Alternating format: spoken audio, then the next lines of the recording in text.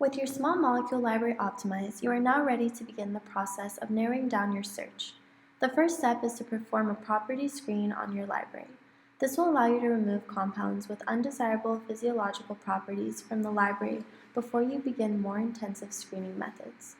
Although the small molecule may be a good binder, it may still be a bad drug, which is what this lab will determine. It's important to look at the ADMET properties of your small molecules, which stands for absorption, distribution, metabolism, and excretion in relation to the body, as well as the safety and toxicity of the small molecules. The pharmacokinetics and metabolic behaviors of a molecule are determined by its physical properties. Since most drugs need to be delivered orally, it is necessary to consider molecular absorption requirements in the early stages of drug design. It is also best to discard molecules before synthetic effort is expended. A good predictor of a molecule's absorption ability is Lipinski's rule of 5, and this includes a molecular weight less than 500, log p-value less than 5, fewer than 5 hydrogen bond donors, and fewer than 10 hydrogen bond acceptors. Now on to our experiment. To begin the screening process, we need to create a file containing all of the molecules in our library. This can be done using Vita, but we need to convert the Gaussian output file to format Vita can read. Open dco1.out file in Gaussian view and make sure all atoms are bonded correctly. After doing so, click File and Save. Under the drop-down menu for files of type, select Soluble mol2 files and save as dco1.mol2. To open Vita, you can go on the search engine and type Vita.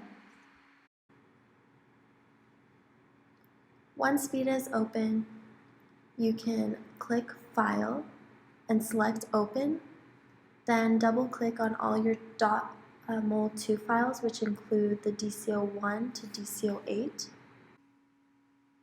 The molecule in the selected file will appear in the main window. Then, to rotate the molecule, hold down the left button and move the mouse in the window. To zoom in or out on the molecule, use the mouse wheel. Then, to select an atom, click the left mouse button. The first icon turns the mouse into a selection tool. The second one allows you to view information on an atom. The third icon centers your view on the selected molecule.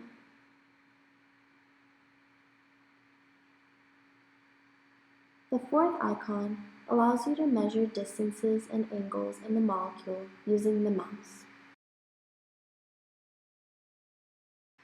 With all of these files accessible and labeled in the list window, we will now create a new file. Click on the File tab and select Save. A window will appear with all of our files listed.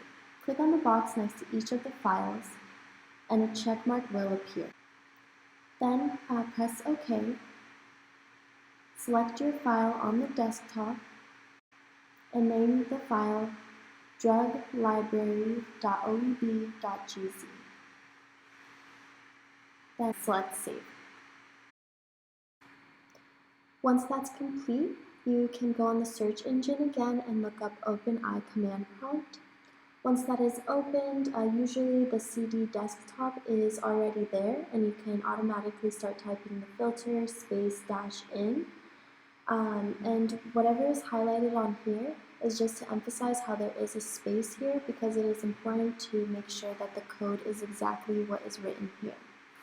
And also the filter _drug2.txt should be a file that has been downloaded from Canvas beforehand. Once this is done successfully, a file with no suffix will appear on the desktop called Drug Library ADMET, and this file can be opened up through Excel. When the file is opened, you should see a list of all of your molecules and all of the calculated properties. Something to look at specifically are things like log P, molecular weight, number of hydrogen bond acceptors, and number of hydrogen bond donors, as these are part of the Lipinski's rule of 5. Also, it's important to look at which of the small molecules passed the filter, and the ones that passed it is good to make a new file of these, and to do that, you go on Vita and select the molecules that passed, and go on File and save your molecule as drugtargets.mol2.gz. Now you have an optimized library of your small molecules that you can use for the next lab. Thanks for watching.